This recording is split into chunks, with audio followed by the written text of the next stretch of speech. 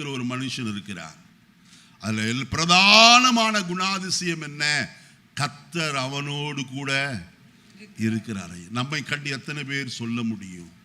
நாம் வேலை செய்கிற ஸ்தலத்தில், நம்முடைய வியாபார கூடங்களிலே, அல்லது நம்முடைய அலுவலகத்தில், நம்முடைய பணிபுரிகிற ஒவ்வொரு இடத்திலும் கர்த்தர் அந்த மனுஷனோடு இருக்கிறார் என்று சொல்லி யாராயிலும் சொல்லக்கூடுமா?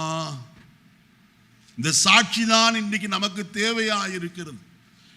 கர்த்தர் நம்மோடு கூட இருப்பாரானால் நாம் எதை குறித்து பயப்பட வேண்டிய அவசியம் இல்லை. சற்று நேரத்துக்கு முன்பு கர்த்தருடைய தாசன் சொன்னார், கர்த்தர் அவனோடு கூட இருந்தபடியினாலே அவனை எதிரிட்டு வந்த சிங்கத்திற்கும் கரடிக்கு அவன் என்ன செய்யல?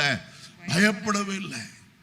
அவன் சொல்லும் போது அந்த சாட்சி சொல்லுகிறான், சவுலுக்கு முன்பதாய் நான் அவைகளை என்ன செய்தேன்?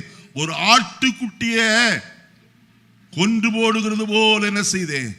கொன்று போட்டேன்.